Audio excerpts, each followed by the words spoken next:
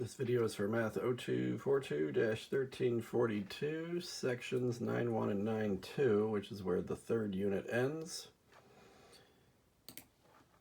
So this is the fourth of 5 videos in this unit. We did, after test 2, we did 7.1, 7.2, 7.3 together, then 7.5 and 8.1. The last video just had 8.2, 8.3, 8.4, so this is the fourth one, 9.1 and 9.2, and then there'll be a fifth one for the review for chapters 7 through 9. Chapter 8 and 9 are sort of related in that it's two kind of different methods to achieve the same goal. In chapter 8, you do confidence intervals. And instead of trying to predict a population value in one guess, you get to create an interval where you say, I think it's between this and that. And you can do it for mu or p or sigma. You can do it for means, proportions, or standard deviations. And then they even had some problems where the final part would say somebody's claiming that the value is such and such, and do we have evidence to contradict their claim? That's what the ultimate goal here is to do, especially in chapter 9, is it's more focused on that side of the coin. So chapter 9 is called hypothesis tests. These are a little bit more formal than chapter 8, and they have 4 steps usually. That's what most of them do. Now it's called hypothesis tests, but it's not like you're taking a test in school. We're testing whether a claim can be contradicted or not. So in the process, something is assumed to be true, and then we do the probability of it occurring, and if the probability that it occurs is very, very low, then we doubt that it could be true, and then we have evidence to contradict it. That's what the process is all about. And there's 4 steps to do on each problem. The first time you see one of these, it might be a little overwhelming, like how are you going to remember all these steps, but many students, by the time they take tests, get the steps down really well, and it's just a matter of the little details is where maybe they're missing something. The first step that's always done is to create what are called the 2 hypotheses. And it always looks like this. There's a capital H to stand for hypothesis, and then there's a subscript of 0 and another capital H with a subscript of 1. So H0 and H1. H0, both of these are in step 1 too. So some of the early problems here are just trying to teach you the steps. You're not even doing the whole thing yet. Step 1, you always put H0 and H1. H0 is called the null hypothesis. This is the one that gets assumed true. And H1 is called the alternative. And we try to create 2 opposing views. That's kind of like devil's advocate or complete opposite cases, so that one of them has to be true and one of them has to be false. They can't both be true and they can't both be false. Another good example is in court. Somebody's either guilty or not guilty. You can't be both guilty and not guilty, or neither guilty and not guilty. Somebody, every time there's a trial and they make a decision, guilty or not guilty, there's a truthness to whether they really were guilty or not, even if they're the only ones that know that. So for our problems, we put some kind of variable like mu, p, or sigma in the first slot. One of those 3, not all 3 of them, but one of those 3 is put first. Then the null always gets an equal to, and then you put some kind of number value here where the claim is being made. Like, for example, maybe Jiffy Lube claims that if you come to their shop to get your oil changed, it'll last more than 5,000 miles, where other companies are claiming you can go 5,000 miles between oil changes, and they say, no, come to us, we're better, we last more than 5,000. That's their claim. Who knows if it's true or not, but in our country, you're free to claim whatever you want. You can make a commercial and claim anything you want, including things you know that are lies, and then you can put it on TV, and then somebody can challenge you in court, and then you might suffer the consequences for knowingly lying, but you're free to do the lying part first if you want to. So you can claim whatever you want, and then somebody might challenge it. That's what this whole chapter is about, is somebody's challenging some kind of claim that's being made. and you always put mu, p, or sigma equals a number in the null hypothesis, and then the alternative always gets either a less than, a greater than, or a not equal to. And generally what happens is one of these two is done first. You don't have to always do the null first. One of these two is done first, and then you do the opposite in the other one. That way one of them is true and one of them is false, guaranteed. And then you put the same number here again.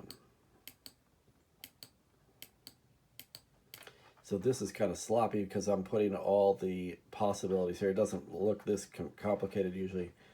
Usually what happens is like this first homework problem. There's an H0, and usually you do this vertically, but I guess they ran out of room here and did it horizontally. H0 is that mu equals 18. Mu equals 18. And then H1, the alternative is that mu is less than 18. Either one of these could be the claim.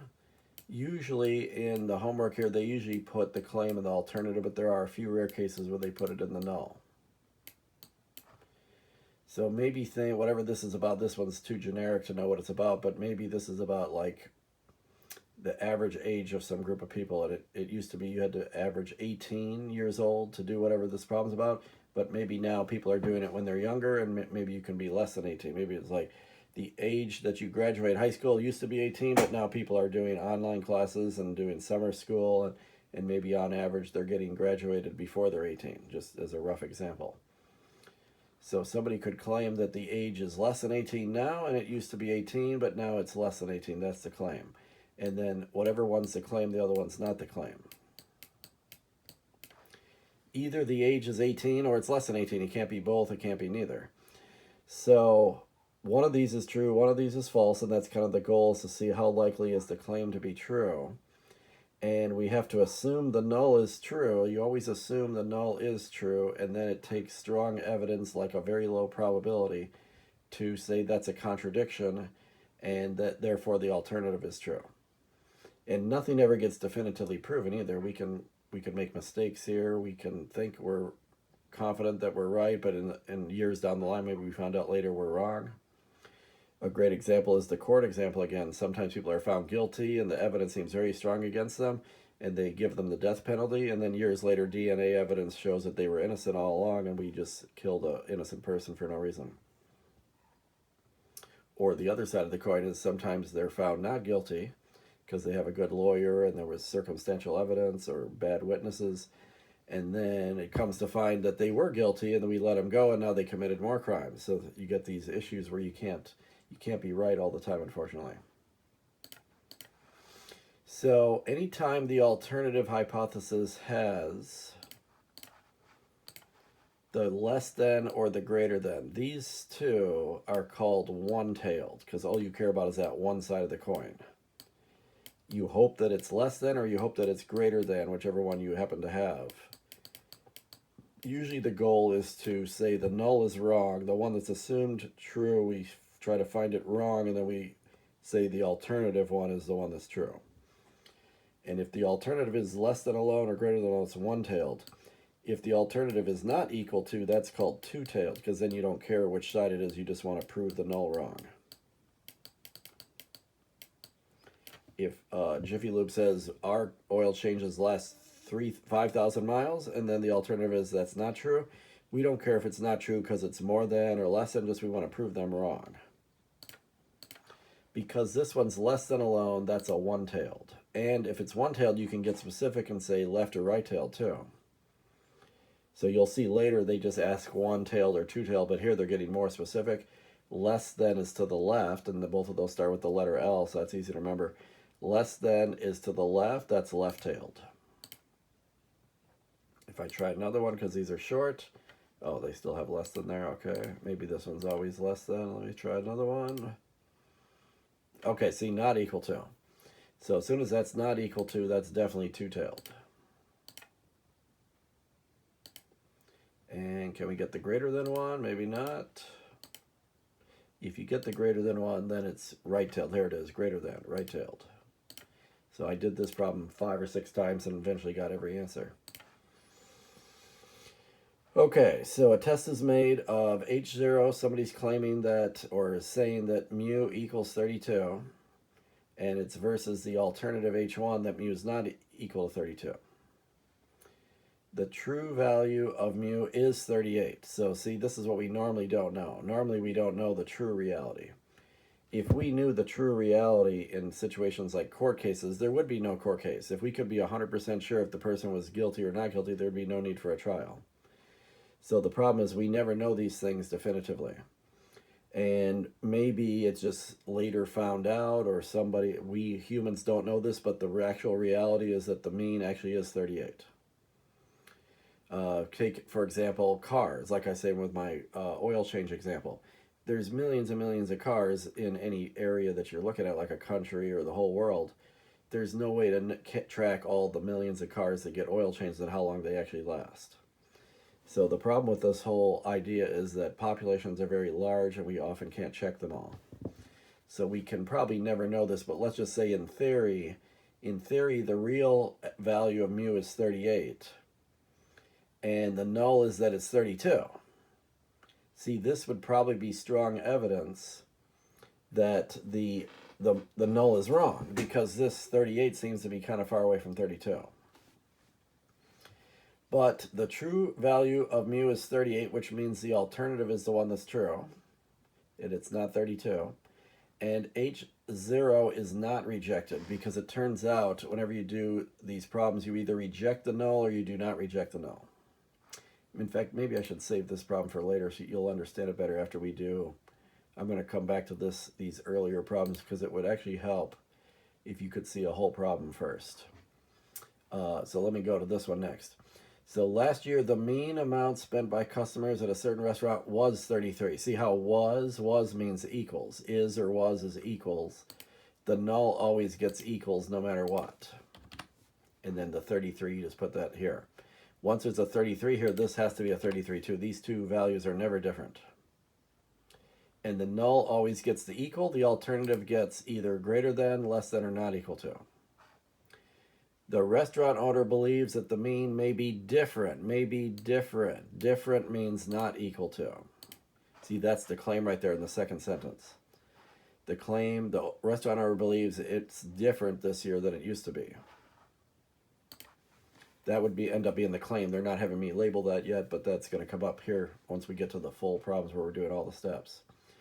So again, they're trying to do the shorter things first to see if you can understand these short steps first. And this is fine to do the step one every time, but I'll come back to these two later because it actually helps if you learn the whole process before we do these two. So somebody made a H0 that mu equals 50 versus H1 that it's not equal to 50. Okay, so then it says the null is rejected. So every time you get to step 3 is nice because it's one of two things every time. You either say reject the null or you do not reject the null. That's all that ever happens. Here they're saying the null did get rejected. If the null is rejected, let me write this down. So anytime you get to step 3, every step 3 of the full problems has one of two endings. Either you reject the null or you don't.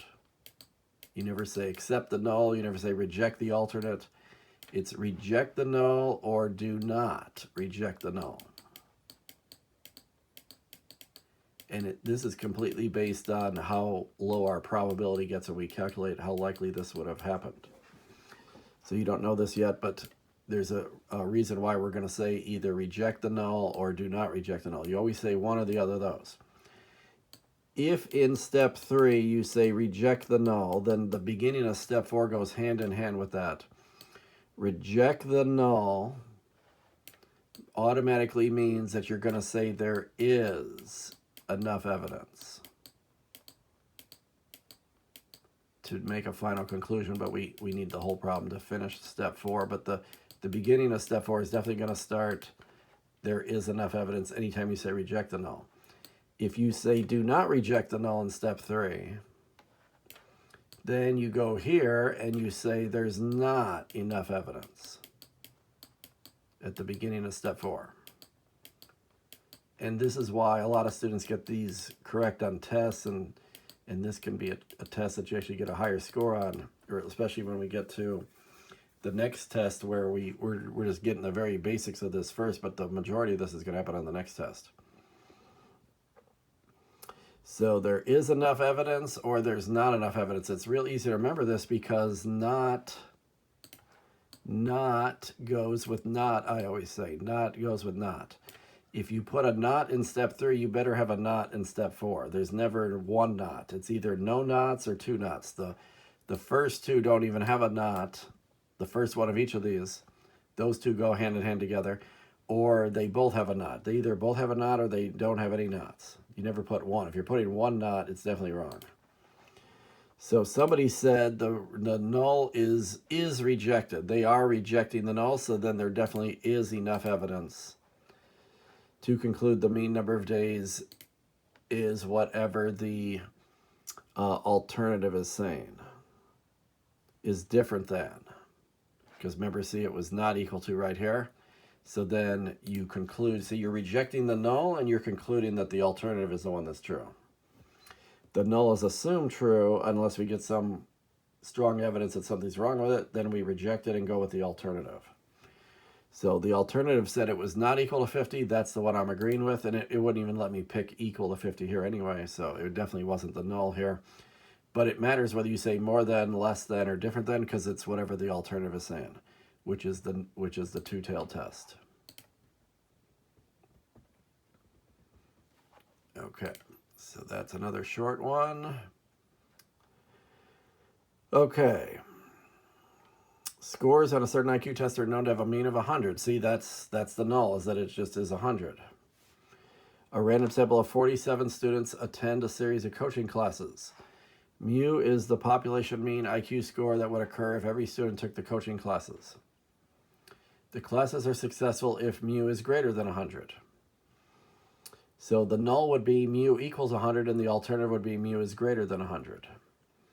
A test is made, see right there, mu equals 100 versus mu greater than 100. Consider the 3 possible conclusions. The classes are successful, they're not successful, or they might not be successful. Which of the 3 conclusions is best if H0 is rejected? If you reject the null, then there is enough evidence to conclude what the alternative is saying. So this is where you have strong evidence to contradict what the null is assumed to be true. If you reject the null, then there is enough evidence to conclude that the classes are successful, which is 1.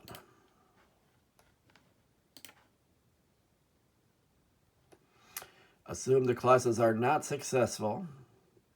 Is it possible to make a type 2 error? You don't know this yet, but I guess I can come back to this part too. I need to teach you number 2, the one about types of error, before you can learn this one. And again, in my opinion, I always wait till the end of the section to teach about types of error because it actually helps to see all the steps before you learn that. Assume the classes are not successful. If the classes are not successful, then you're not rejecting the null, and then actually a type 2 error is possible. So this would be yes, a type 2 error is possible. You don't know why yet. The classes are not successful when the null is not rejected. Okay, so we'll get back to that in a minute. I think I can skip that and come back without losing what we already did. Okay, you can also calculate a test statistic by hand if you want to, and then compare it to a critical value. This is an alternate way to do the conclusion. But we also can use technology and do this more easily. So I guess there's one problem where they're showing you this the old-fashioned way. And actually, you can do this in the calculator still anyway. Compute the test statistic. So if I go to the formula sheet,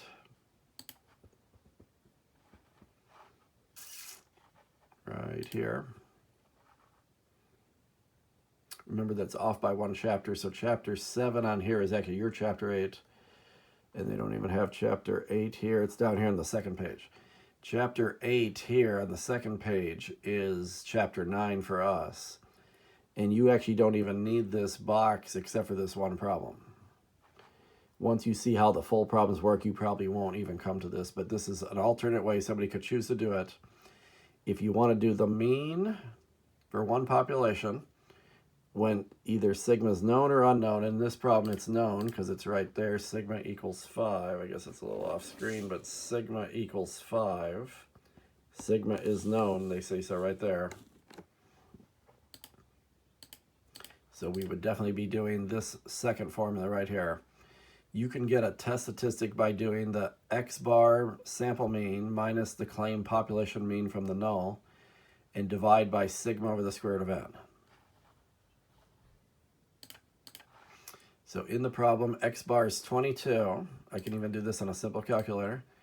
22 is x bar minus the claimed mean is 20 from the null. So the top of the fraction is 2. Sigma's 5 divided by the square root of n, the square root of 53. I think I hit 53 square root. Yeah, see? Okay, there's the denominator. And I'm going to store this in memory and do 2 divided by the recalled answer.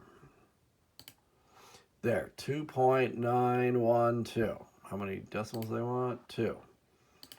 2.91.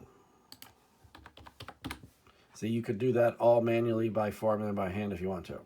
And before I check it, let me go here. Or you can come here and go to, and this is how most students do it nowadays, and they don't use the formulas anymore. Stat tests.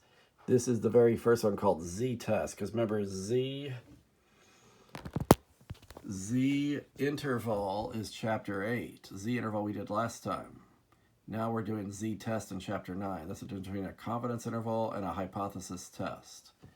So press enter to select z-test. Just like chapter 8, you can do data or stats. This is an example of stats because they just summarized it all in the paragraph. They didn't list all the raw data. So click enter while it's on stats. Mu0 is the one from the null, which was 20. Right there. Mu0 is 20. See, there's mu and there's 0. 0 is trying to emphasize the one from the null. Sigma's 5.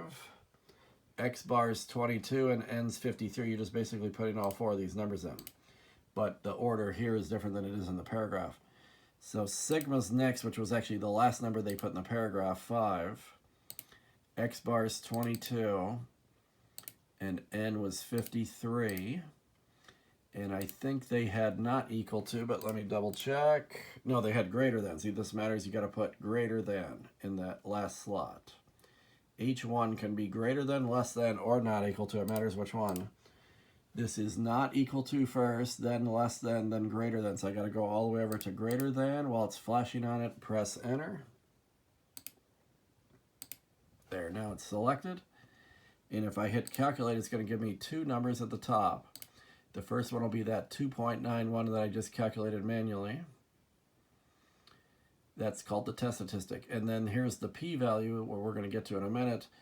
P-value means what's the probability? What's the probability that if I assume that the mean actually is 20, that I would get 22 in a sample?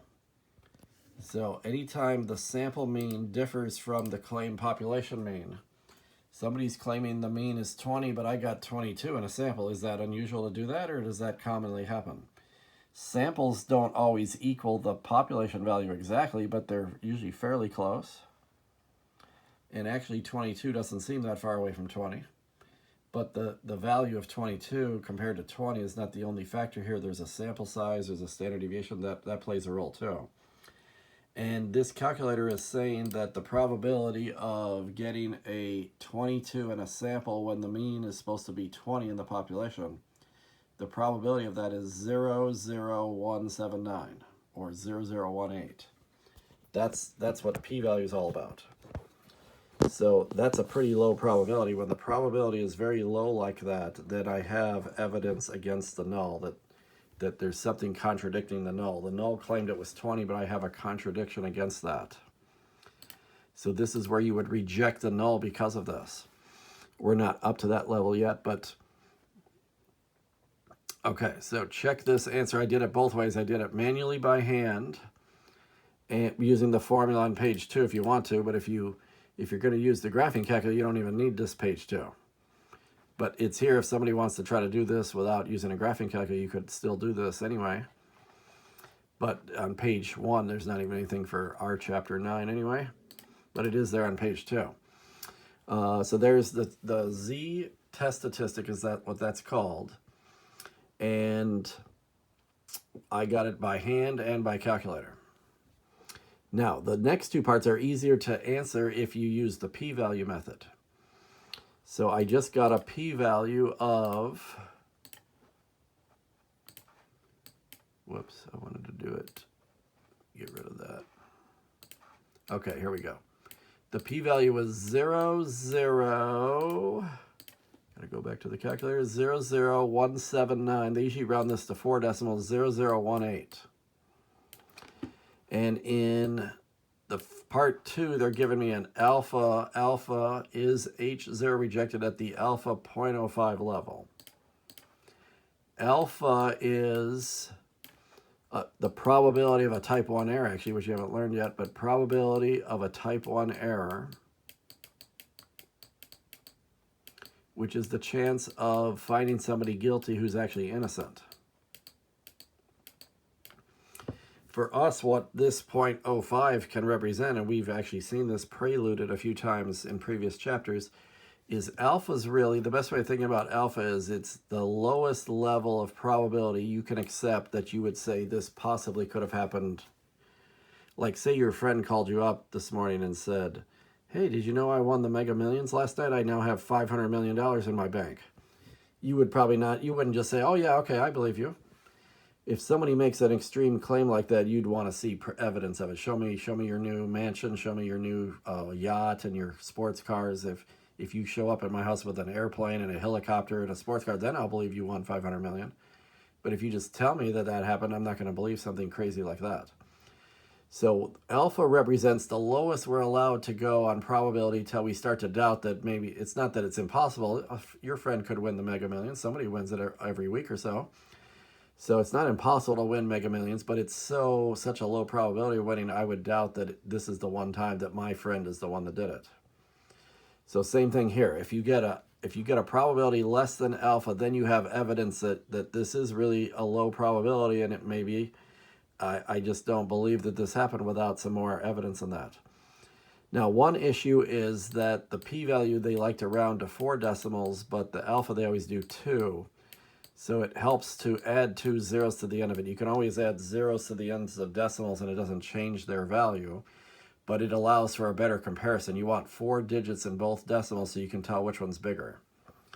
And you can ignore front zeros when you're checking the size out. So this is a size of 18, while this is a size of 500. But if you didn't add the 2 zeros, you would think that 18 is bigger than 5, and I get people on tests that tell me that all the time. They'll say 18 is greater than 5, so I'm concluding this, and they're doing the wrong conclusion because of that.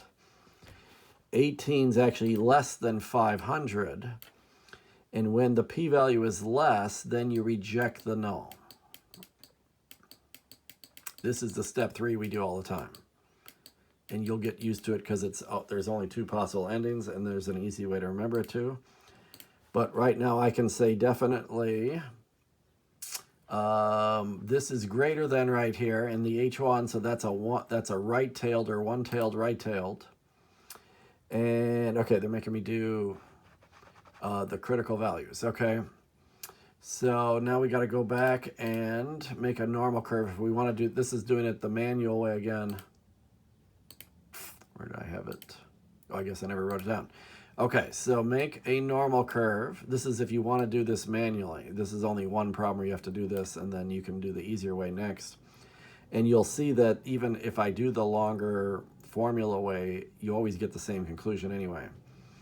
So we have, this is not the problem, we have a mu greater than 20. That was the alternative. So we're a right-tailed test. And then anytime you're right-tailed, you put the entire alpha in that tail. Left or right-tailed, the whole alpha goes in that tail. And even though we don't care about the other side, there is another 5% over here by the symmetry of the graph. And then if you do 1 minus each of the two tails,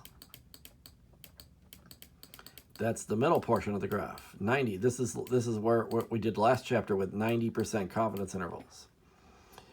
So then I can go to page 7 to get critical values.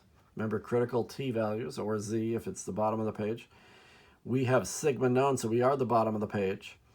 And I have 0.05 in one tail, or if I combine the two tails together, that's 0.10 in two tails. So I'm in this fourth column right here, and you go straight to the bottom. If it's z or sigma's known, 1.645.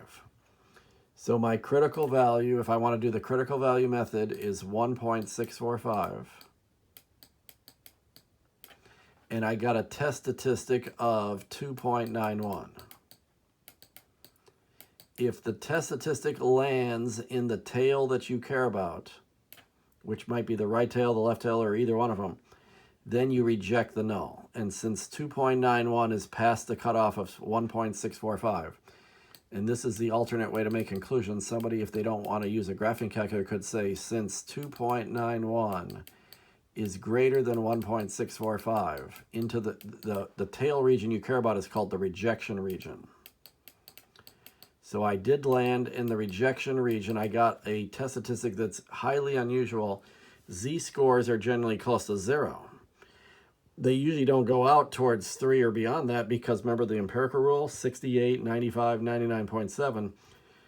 99.7% of the time, Z-scores land between 3 and -3. It's very rare to go out to 2.91. There's a very low probability of that.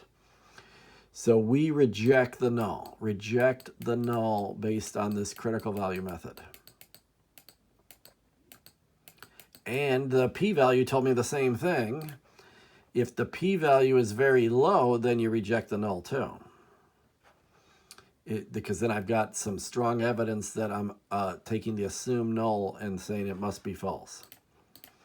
So this is right-tailed because of the greater than, and if I want to do the 0.05 critical value, that's the 1.645. If alpha was 0.10, then there would be 0.10 in one tail. If alpha's 0.05, then there's 0.05 in one tail, but alpha's 0.10, then you have 0.10 in one tail. So now you're in this last column, and then the critical value would be 1.282.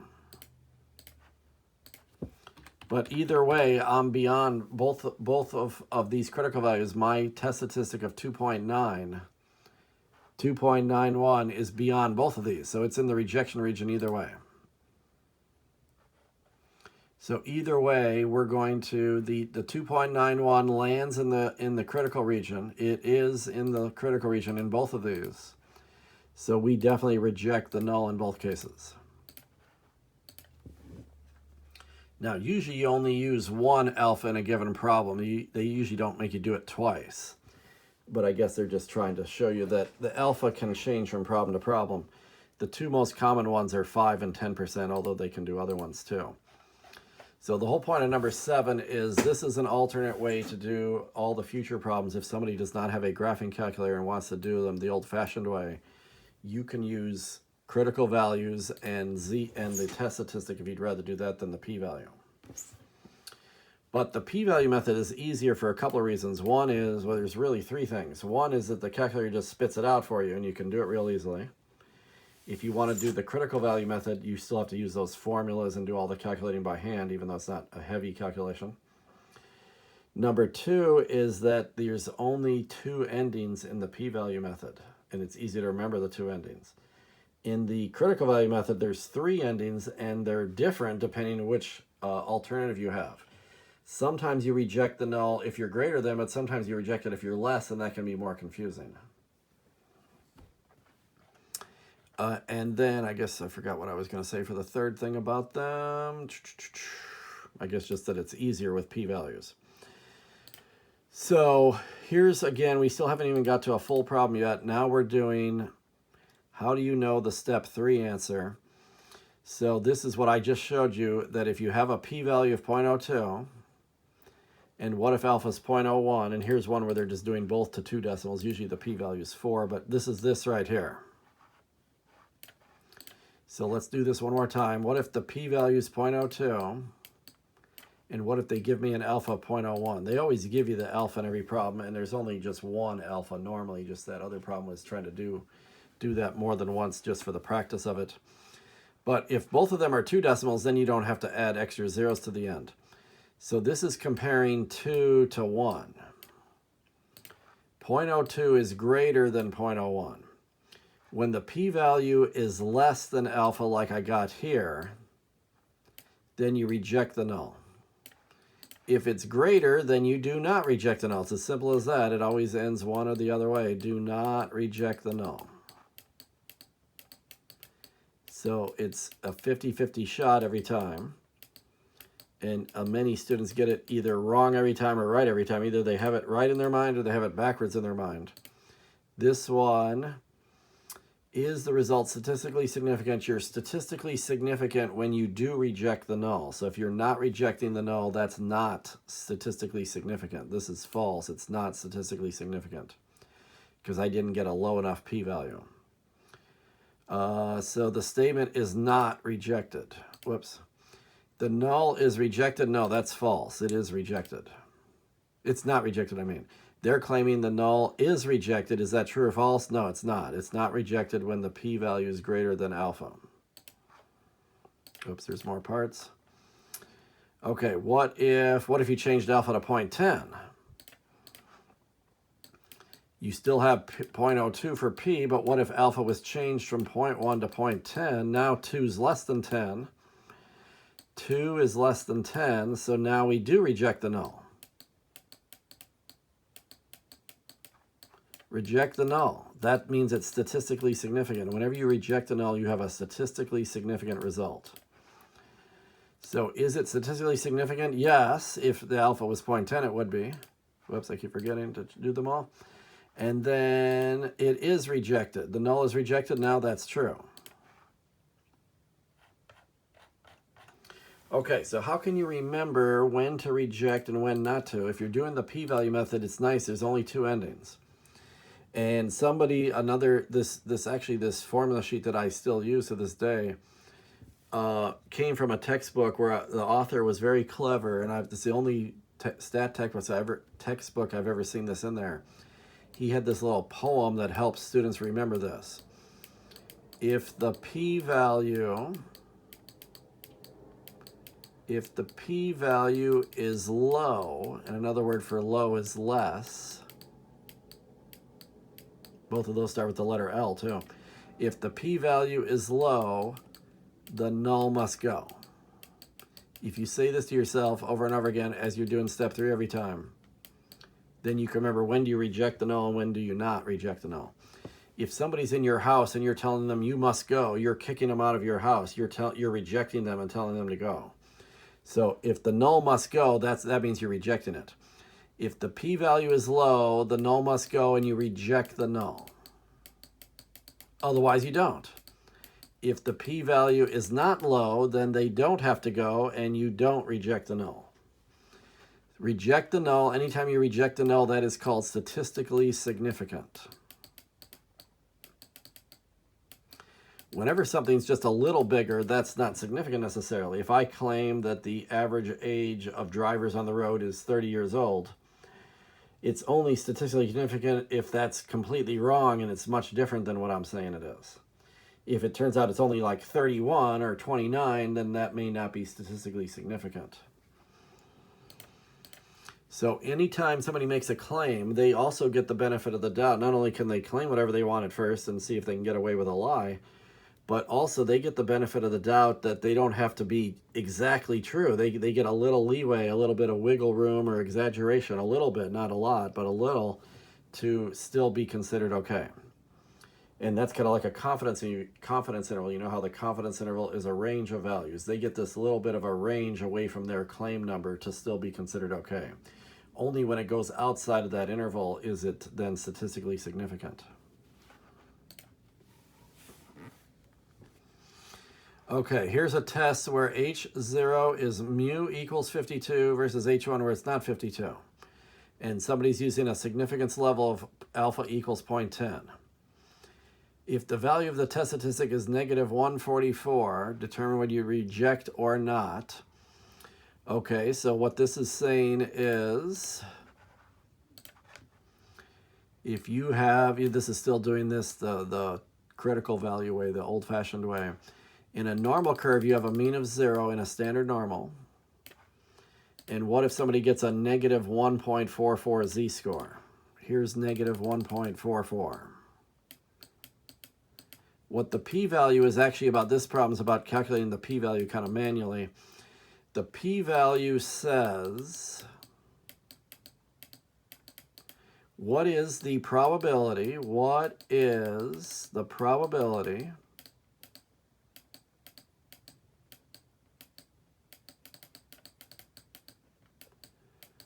of getting the result you got, in this case, negative 1.44,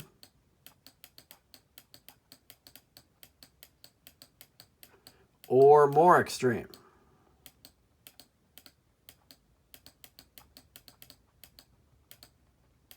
So in other words, that.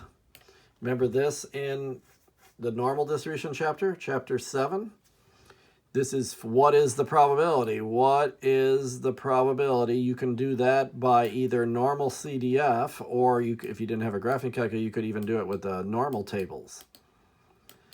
Normal CDF, if I do negative 999, negative 1.44, 0 and 1, that's how you find a probability in a normal situation. Second vars, normal CDF, negative 999, negative 1.44, 0 and 1. And if it's right-tailed or left-tailed, both of those ones that are called one-tailed, then this is the answer to the p-value. If you have a not equal to, then you actually have to double this. Times 2, it's 1499. I'm getting a p-value of 1499. See, this is how you can get a p-value if you don't just have the calculator spit it out for you. And then this alpha is 0.10, so then I would compare this to 0.1000, so they're both 4 digits long, but 1,499 is greater than 1,000. The p-value is greater than alpha in this case. If the p-value is less, if the p-value is low, the null must go, but mine's not less, mine's not low, so the null does not have to go. This is one where we're not rejecting the null. The test statistic is not going to be in the critical region or the rejection region, so therefore we do not reject the null. I didn't even find the critical value, but you could find the critical value too and see if you're landing out there, and apparently you're not. This is a 0.10 alpha, and it's a two-tailed because of the not equal to. So you'd look on, if you want to do the critical value method, you could go to area in two tails 10%, which is this one here. Area two-tailed test and alpha's 0.10, go to the bottom, because this is still Z, I think, or let me just double check. Yeah, it is Z. It says Z right there. So Z is the bottom of the table, 1.645. But actually what it would be is both 1.645 and negative 1.645. In two-tailed, you get both sides of the coin. And see the 1.44 did not land in this rejection region out here or there. You'd have to land in one of those two to reject the null. And negative 144 is not past negative 1.46 over on that side. So both the critical value method and the p-value method, they're both telling me the same thing, that I don't have a significant result here. The test statistic of negative 144 is not past negative 1.645, and the p-value of 1499 is not less than the given alpha of 0.10. For both reasons, I'm not rejecting the null. If the true value of mu is 33, okay, type 1 and type 2, I'll have to wait for this for a minute. Okay, so here it looks like we're doing the full problem for the first time. Because I can see there's 5 parts here. Normally we do 4 parts, but I guess they can add a 5th one. Maybe they're doing 2 of the ones that I normally do together as separate steps, or there could just be an extra step at the end here. So here's, it took 10 problems to get to a full problem out of these 15 in the homework here. Okay, number 10, a good way to do these full 4 or 5 step problems is when you read the paragraph, write down what's given to you. A random sample of 70 second graders, that's N.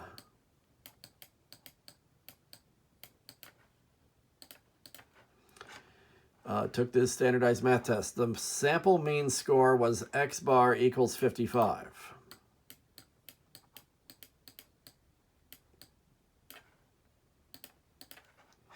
Assume the standard deviation of test scores is sigma equals 21, and notice they're giving me sigma here.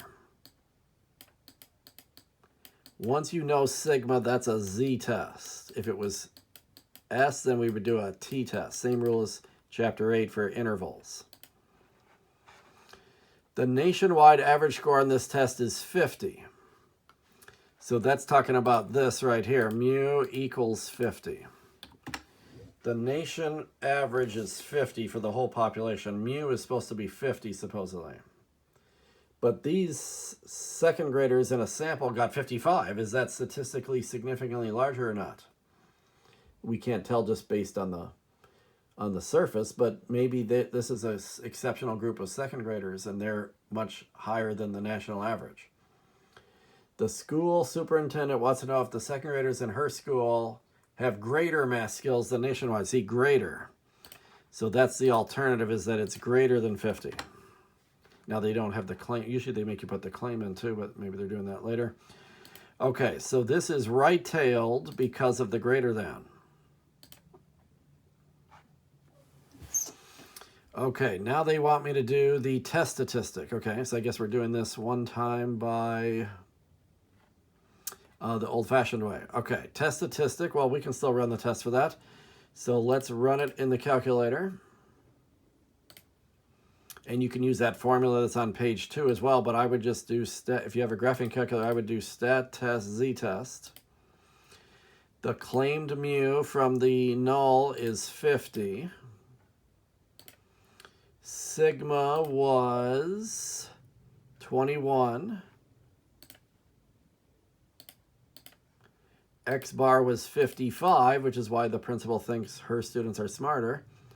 But just because 55 seems different than 50, that's not a guarantee that it's statistically significant. It might just be a little bit higher. Maybe that can randomly happen in samples. So the N is 70. And then we have the greater than 1, which is still the one I'm on because that's what I last put it on, and then you hit calculate. Show that closer. There's what I put in. I'm on z-test, stats, mu 0's 50, sigma's 21, x bar is 55, and 70, and make sure the last option is at the far right where it says greater than. And then click calculate. I got a z-score of 1.992, or just maybe 1.99. And the p-value is 0.2318, so make that 0.232.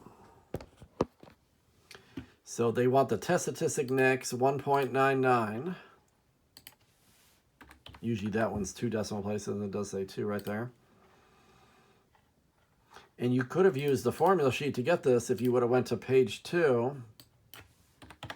If you would have did the sample mean 55 minus the population mean 50 over the 22 divided by square root of 70, that would be 1.99 right there. Okay. So the p-value was, I forgot what it was, but it's 0.232. 0.232. See, both step 2 and 3 here are straight out of the calculator if you want to do that way. Then both of those can be very easy to calculate. The calculator does the work for you. Now, you can do either method for the N, too.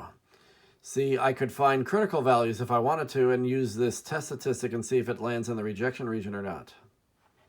And actually, that wouldn't be too hard here because I have an alpha of 0.05, and it's one-tailed. So if I go to page 7, one tail, 0.05 has a critical value of 1.645. So if somebody wants to do the critical value method, they would find the critical value on page 7 and say it's 1.645. And we would only care about the right side of this because our H1 is greater than only, so we only care about the greater than side. And we got a test statistic of 1.99. That's in the rejection region. 1.99 is past 1.645. So somebody could say, since the test statistic went beyond the critical value into the rejection region, then I'm rejecting the null. Or somebody else could say P is 0.232 and alpha is 0.05, and definitely add a couple zeros here, otherwise you're going to think 232 is greater than 5, but it's actually less than 500. 232 is less than 500, the p-value is less, the p-value is low, so the null must go. We reject the null. Both methods are saying reject the null. Reject the null. The critical value method is the old-fashioned way from decades ago before computers and calculators were prevalent in statistics. The p-value method is a more modern way using technology that's easier and goes faster. So it's up to you how you want to do this, but it doesn't matter if you pick the p-value method or the critical value method. The step 3, what I call step 3, reject the null or do not reject the null, it'll be the same whatever method you use. Here it's actually step 4 because they usually I combine these into one step, but they're doing it separately. So definitely reject the null, but both methods are telling me to reject the null. And anytime you reject the null, then there is enough evidence to conclude that there's a statistically significant result here. This superintendent can say her kids are smarter than the national kids, and there's something great about this school, and that's where they win awards and get money from the government and all that kind of stuff. She has significant evidence that her second graders are doing better on these tests than other ones around the country. See, there's a full problem right there. Step 1 is the hypotheses. Normally, step 2 is the calculations, but they're doing them in 2 different steps. Because normally we just do the p-value, but if you want to add this, that's fine. And then normally what I call step 3 is reject the null or do not reject the null, a generic conclusion, and then you get a specific conclusion at the end. And these two go hand in hand with each other. If you reject the null, there is enough evidence. If you do not reject the null, there's not enough evidence. Okay, let me give you the magic word of this video. This is our 4th one. We've had 3 already. And let's do, I gotta remember which 3 I've said already. Let's do the king of all of them. The king of the planets is Jupiter. So the 4th magic word will be Jupiter. Okay, making sure that the scales used by businesses in the United States are accurate is the responsibility of the National Institute of Standards. So yeah, like you go buy meat in the grocery store and you say, give me a pound of turkey. How do I know I'm actually getting a pound? What if they've changed the scales, or maybe they don't even care and they've been out of date for a while and they're not measuring a full pound? Maybe they're ripping customers off and customers think they're buying a pound of turkey and they're getting like 0.9 of a pound. They could cheat on purpose or accidentally. And whether it's on purpose or accidentally, they're responsible to make sure that if they say they're selling you a pound, that they're giving you a pound. So the standard deviation for the scale is known to be sigma equals 2.5. Anytime you know sigma, it's definitely a z-test. They weigh this weight on the scale 48 times, so there's the sample size. The 48 scale readings have a sample mean of 989.9, and supposedly it's supposed to weigh exactly 1,000 pounds. So the null is that this scale measures 1,000 pounds every time, or 1,000 grams, sorry. That it's supposed to weigh, whatever you're putting on there weighs exactly 1,000. The person that goes around checking these stores, they bring 1,000 gram weight with them. The store, it's supposed to equal 1,000 exactly. But what if the technician wants to perform a hypothesis test to determine whether the calibration point is set too low? Too low. So he thinks it's less than what it's supposed to be, 1,000. It's supposed to be 1,000, but he thinks it's less. It's too low. They're not doing this right. So then they would be ripping customers off if that's the case.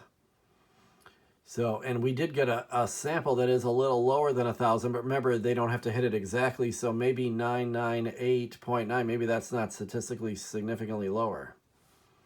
Or maybe it is. We can't tell on the surface. Only the p-value can tell you that for sure. So if this is less than, then you say left-tailed. If this was greater than, you'd say right-tailed, and so on. If it's not equal to, you put two-tailed. So there's the step 1 every time. Now they want me to do step 2 and 3 together. So I'm going to go to the graphing calculator and put in, this is stat tests. And so far the only one we know is z-test, but this is a z-test because we know sigma. Most problems are going to be stats that we might see one data example, but keep it on stats for the most part. The mu0 is the 1,000 that the scale is supposed to weigh properly. Okay, the sigma was 2.5. 2.5 for sigma. The x bar was that 998 point, I think it was 0.9. Yeah, 998.9, which is a little less than 1,000, but maybe it's significantly less, maybe it's not. We can't tell, you can never just tell by the number itself. The standard deviation plays a role. The sample size of 48 plays a role. So 48 is the sample size. And then we had less than, so now we got to click this middle option that's less than. It stays on the last one you did. It's still on greater than, and I need to move it to less than.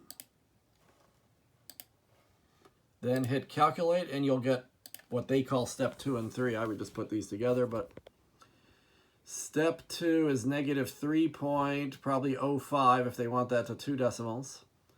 And the p-value is 0.0012. So yeah, this is significant. This is statistically significant, I can tell already. So negative 305, you remember z-scores usually don't go past 3 or negative 3, so that's already past negative 3. It's very unusual to do that. And this p-value is very low, 0.0012. It's virtually equal to 0. So I normally call that step 2, both of those, but they're counting them as separate steps. So this is step 2, step 3. So the step 4 you're always going to do is either to reject the null or not. Write down this p-value of 0.0012.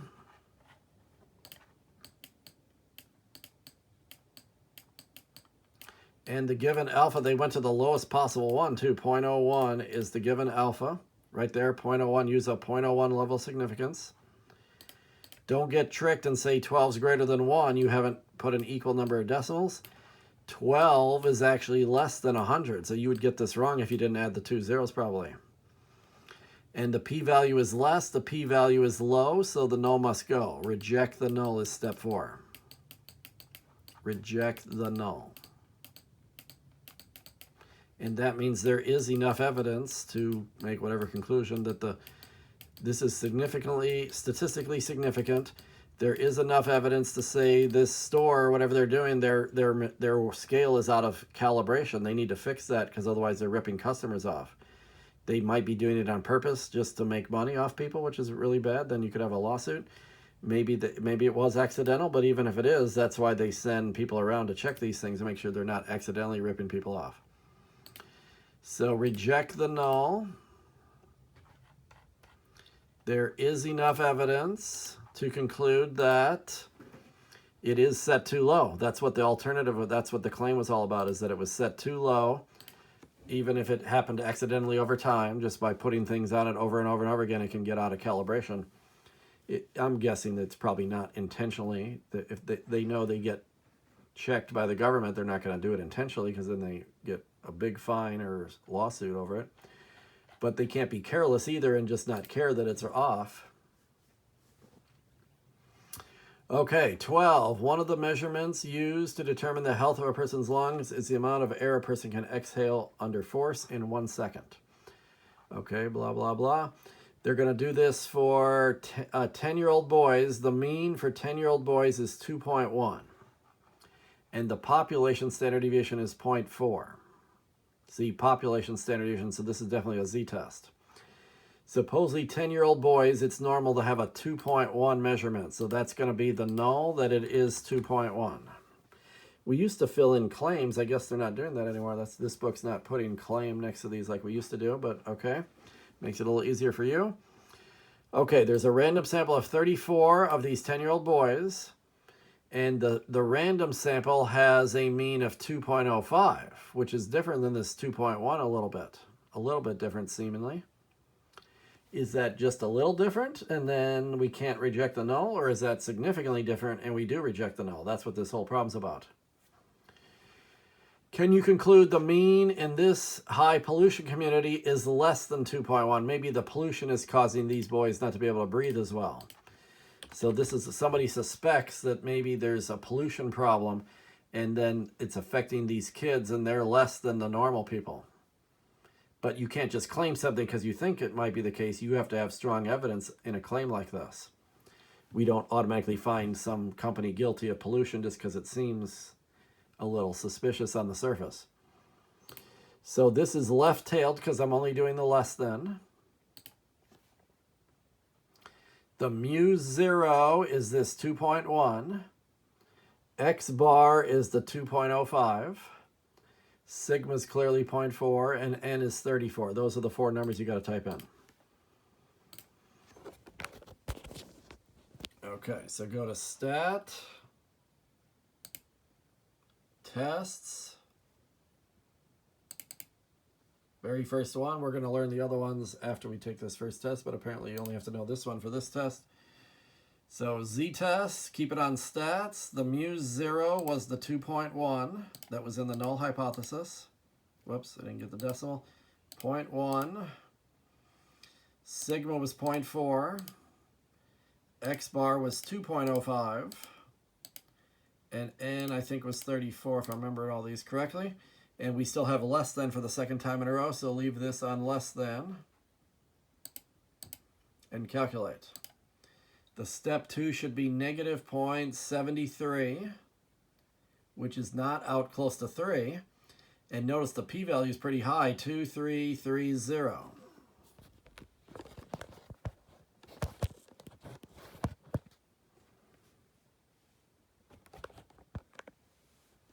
Okay, so negative 0.73 is the z-score, negative 0.73. That's not too far away from 0, though. The p-value was 2330.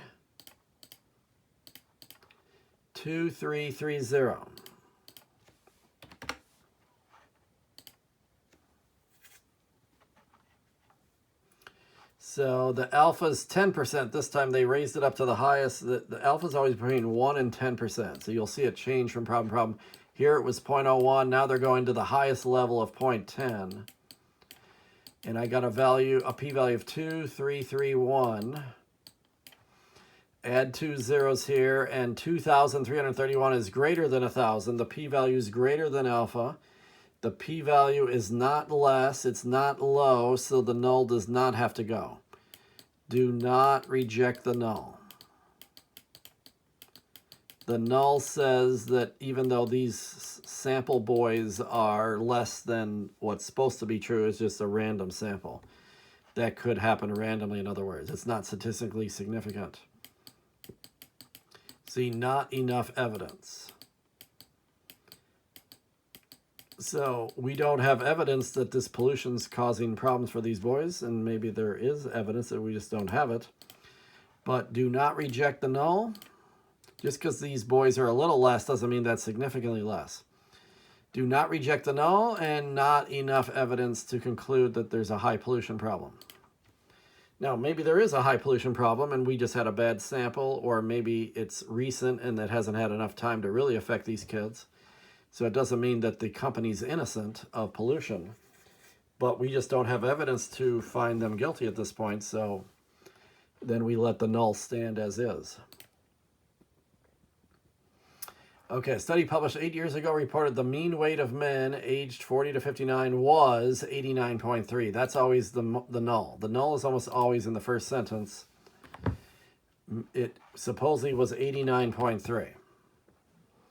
Another study published in the current year reported that a sample of 205 men had a weight of 90.2, which seems to be a little different than 89.3, but is it a little different or is it significantly different? That we can't tell yet. The population standard deviation sigma is 15.3, so definitely a z-test since we know sigma. Can you conclude the mean weight of men in the current year is different from what it was 8 years ago? Is it different now? Is it not equal to 89.3 anymore?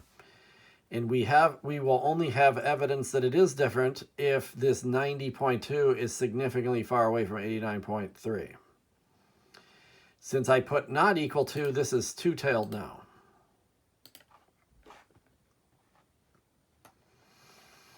Okay, run a z-test one more time. Stat, test, z-test. We're still on stats and not data. The number from the null was that 89.3 that was in the very first sentence. And sigma was right there, 15.3. 15.3. The X bar was that 90 number that was a little higher. I think it was 90.2. 90.2, yep. And then the sample was 205 men. 205 men was the sample size. And we need to change this to not equal to also, because that's what we ended up going with for two-tailed. So we don't really care, is it higher than 89 or lower than 89? We just want to prove that the null is wrong. The null is assumed true unless we get strong evidence against it. The test statistic is 0.84, and the p-value is 39966. So I'm going to make that 3997. 0.84 and 3997. 0.84 and 3997.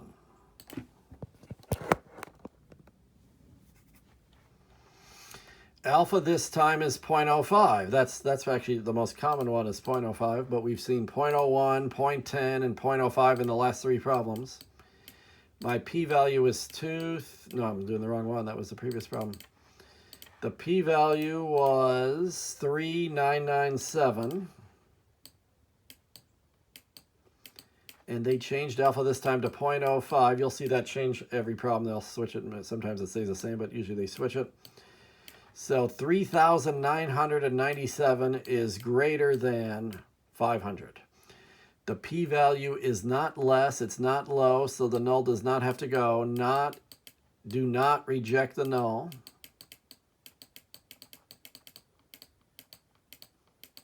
Which means there's not enough evidence to say that that 89 is wrong somehow. So even though we got a slightly different average in our sample, supposedly the average is 89 and we got 90 in our sample, but that's not statistically significant. It's just a little bit higher. Anytime a mean is 89, you're very unlikely to get a sample to equal 89 exactly. It very easily could be 88 or 90. So that's what this is saying, is that this is not significant. Do not reject the null hypothesis. There's not enough evidence to conclude that this weight is wrong. So we've done 1, 2, 3, 4 straight problems where you're doing all 5 of the steps. I'm used to 4 steps, but they're doing it as 5 here. The next 2 are probably the same thing too. So we have the Denver Metro Association that in the last year, $260.7 thousand. See, that's some kind of mean that's quoted in the very first sentence. That's always the null. Mu equals 260.7. A random sample of 80 homes. They had a mean price of $291, which that $291 does seem pretty significantly higher than $260, but I still can't tell definitively yet. Can you conclude the mean price in the current year differs? Differs means not equal to, which is another two-tailed, and we're going to keep the not equal to for the second time in a row.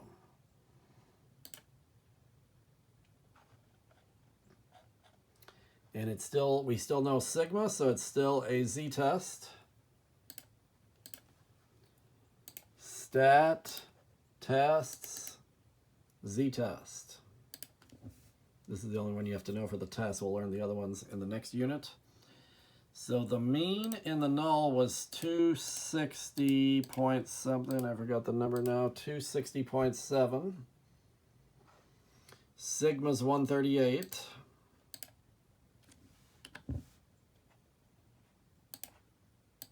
Sigma's 138.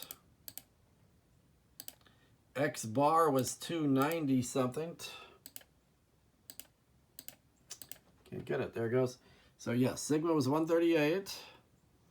291. That was X bar 291. And it was a sample of 80 homes. 80.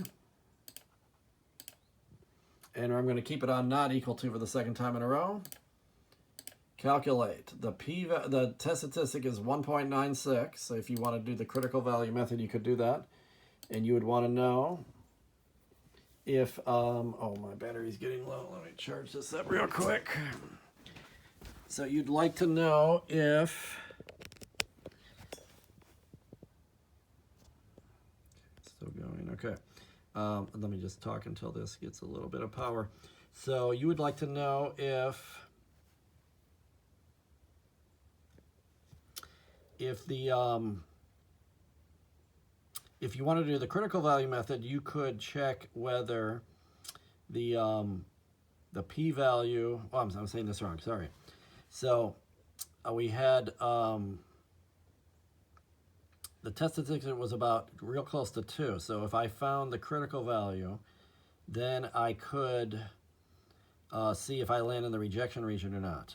Does this 1.96 go past whatever the critical value is? Then you could reject the null. And then I can also take the p-value and see if it's less than alpha, and if it is, then you reject the null that way too. Okay, so I don't know if I'm going to be able to reach the outlet from there or not. Let's see if this is long enough to reach.